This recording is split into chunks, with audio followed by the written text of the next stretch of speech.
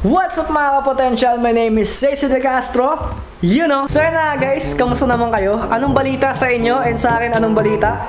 Teka lang, parang kay Boss Paul Tumenes yun ah. What's up mga boss? Anong balita sa inyo? Pero seryoso guys, ano bang balita sa inyo? And sa akin ba? Ano bang balita sa akin? Diyos me, marimar. Lulubog lilitaw ako sa YouTube, Diyos me. Pasensya na talaga guys, no? Napakatumal kong mag-upload ngayon. Wala eh. Kakatapos lang ng midterms exam ko nung Wednesday. Tapos, nag-expect talaga ako noon na after ng midterms exam, merong rest day. Diba? Alam ko, may gano'n naman talaga dapat. Diba kapag may exam, dapat may rest day kinabukasan. Pero sa school namin, no, wala eh. Pagkatapos ng exams, hataw agad, may pasok agad hanggang dire-diretso na yun. Kaya, di ako nakakapag-vlog. Pasensya talaga guys. Ayoko talaga nang nilarason ko yung ACADS kapag di ako nakakapag-vlog. Pero sa ngayon talaga guys, no, ayun talaga yung main reason ko. Isang month na lang para matapos yung school year. Kaya siguro baka naghahataw na rin yung school namin, no. Kaya pinaghahataw pala kami, no. Ganun. This January and this February napakatumal natin sa pag-upload. Napakaraming problema, napakaraming issues, napakaraming mga bagay-bagay na humahadlang sa pag-YouTube natin. Pero I guarantee you guys, no, sa pagpatak ng March, April, May, maghahataw na ulit tayo sa pag-upload. Back to business na tayo, back to work na naman. Doon na magsisimula yung Hataw 2019 natin guys, no. Pero sa ngayon, no, let's go back to the topic muna guys. Today is February 24, 2019. Oh my God! February 24 na ngayon and yung last vlog ko, no, is yung February 14 pa, Valentine's Day pa. Kumbaga 10 days ako hindi nakapag-vlog. Diyos me, tagal na rin pala.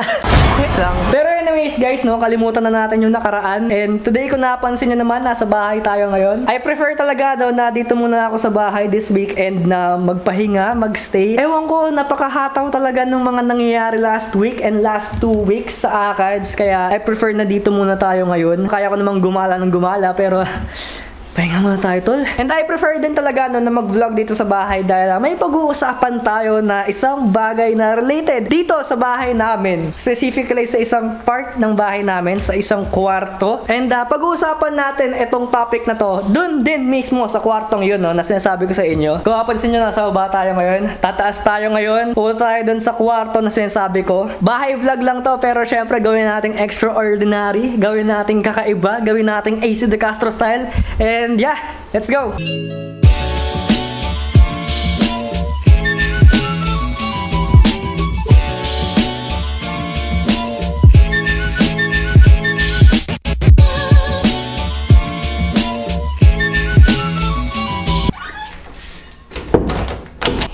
So yun na guys, nakapag-change location na tayo. Teka lang, ang dilim, wait lang.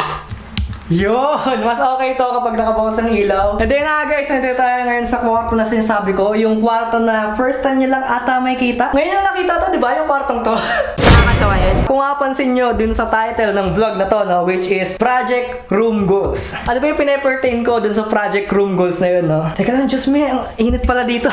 Buksan ko na to. Hindi ko alam kung paano siya sisimulan, basically. Baka ikwento ko lang sa inyo yung mga bagay-bagay from the very first start hanggang sa makapunta na tayo doon, no, sa mismong topic na yun. And as always, kailangan ko maghanap ng patungan. Diyos ko, walang patungan dito. What? Ayan. So, dito lang tayo. And update pala. Kinuha ko yung electric fan ng kwarto ko dahil init eh. Hindi naman siguro maingay, no? Hindi naman siguro nakakaabala sa boses ko. Pero, ayun na nga. Let's start this storytelling once again. Simulan natin sa backstory and the history na itong kwartong to. Ano ba itong kwartong to? Bakit bakante? Etc. etc. Itong kwarto na to, ito talaga yung pinakauna kong kwarto nung simula nung pagkalipat namin dito sa bahay na to. From the very first start, ito talaga yung pinaka-kwarto ko talaga. Kaya kung napansin nyo, may mga frames dito. May mga frames and may mga frames din and merong katana doon. And kung napansin nyo guys, no, meron ding kutsyon dito. Ayan o. Itong kotse na to. Kasi yung kwarto ko talaga dati is Japanese inspired talaga siya. Yung kama, walang brace, yung walang tayuan. Kumbaga, eto na lang mismo yung kama ko. Nandyan sa lapag. Tapos dati merong mga poster dito ng mga anime ganun. Kasi dati, anime lover talaga kami ng kuya ko. Kumbaga, otaku kaming dalawa ng kuya ko. And actually guys, no, may papakita ko sa inyo. Eto guys, kung mapansin nyo, no, meron ako ditong parang mga Figma. Figma tawag dito parang figurines. Ito isang kung mapansin nyo, napakadumi na niya. And meron dito nga Hatsune Miku. Ito favorite namin kasi bakit ka kay Kim? Ito yung naiwan lang ng mga Figma. Then yung mga iba nandun sa baba, nasa drawer na. Drawer ba? O closet. cabinet. Basta parang pinang-display na lang. Pero anyways nga, no guys, sobrang lumayo tayo. Kwarto ko talaga to, simula pa nung una. But things have changed nung naghanap kami ng kasama namin dito sa bahay. Dahil dati, nung mga araw na yon, yung mga panahon na yun, hindi pa kami sobrang independent. Kailangan pa rin namin mag-depend sa mas matanda sa amin, ganun. Nagstay dito yung tita ko and yung mga pinsan ko. Kaya ayun, etong kwarto na to, tinanggalan namin ng mga gamit. Then dito sila nagstay. Months din yata or years? Ewan ko.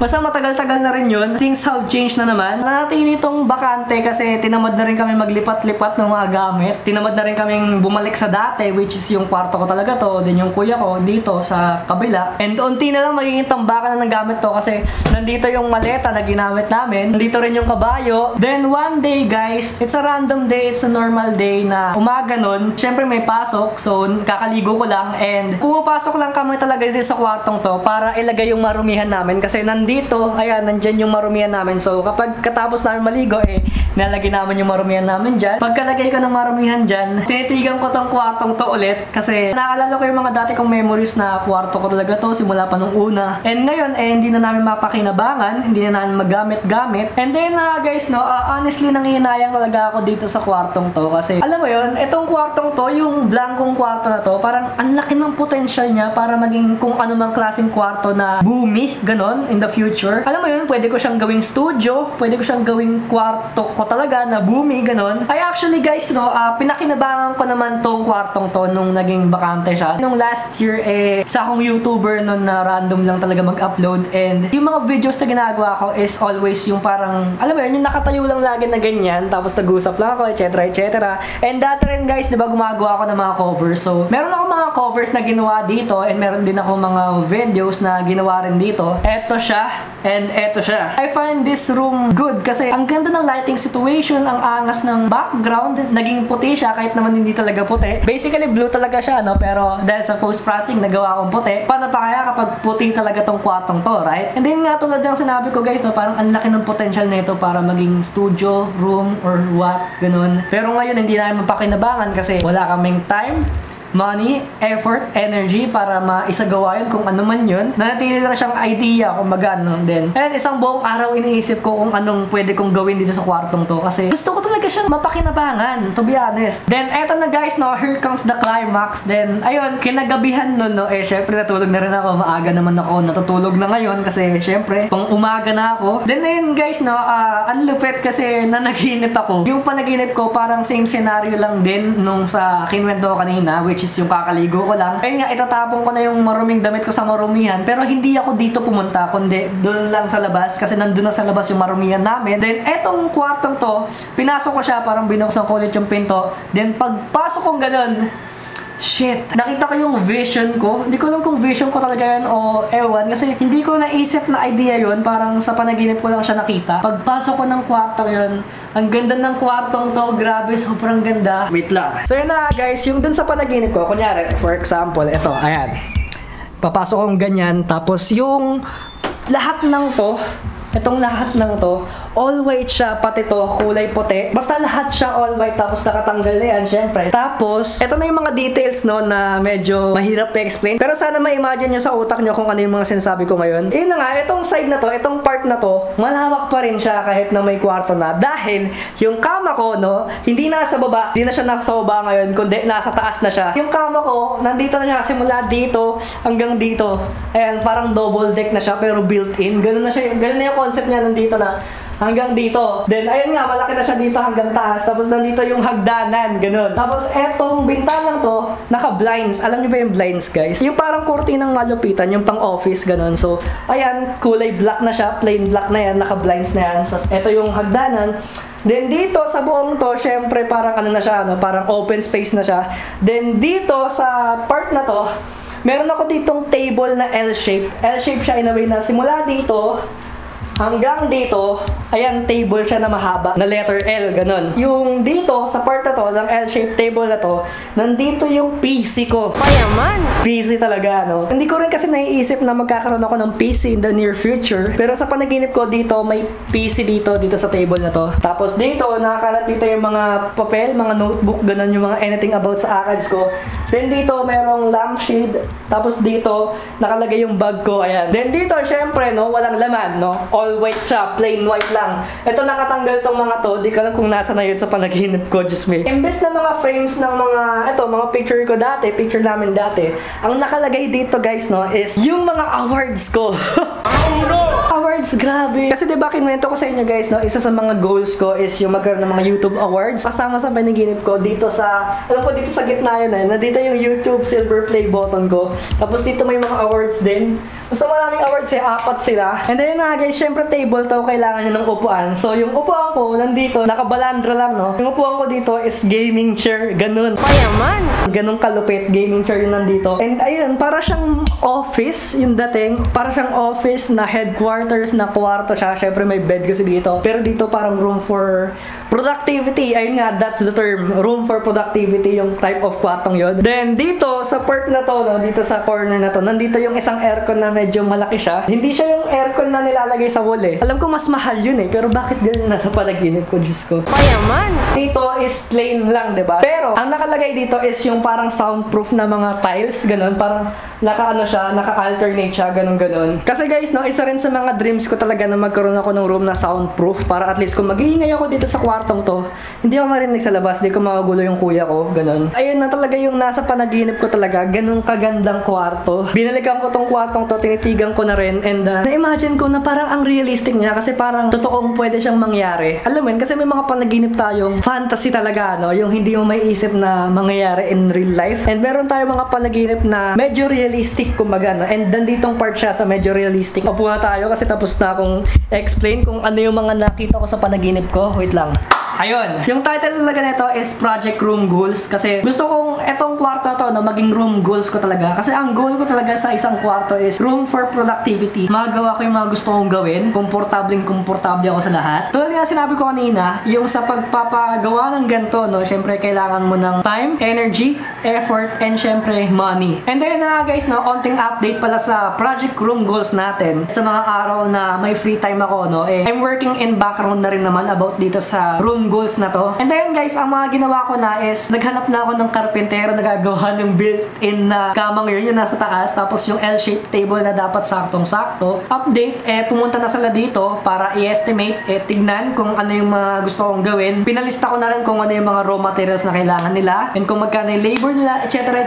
Yung mga about sa finances. Then, ayun, syempre, dahil nga malaking bagay itong gagawin ko, no, and about din sa bahay to, syempre kinuwento ko na rin kay mama kung anong gusto kong mangyari. Kinuwento ko kay mama lahat ng detalye. And syempre, yung mga raw materials, yung mga labor, etc.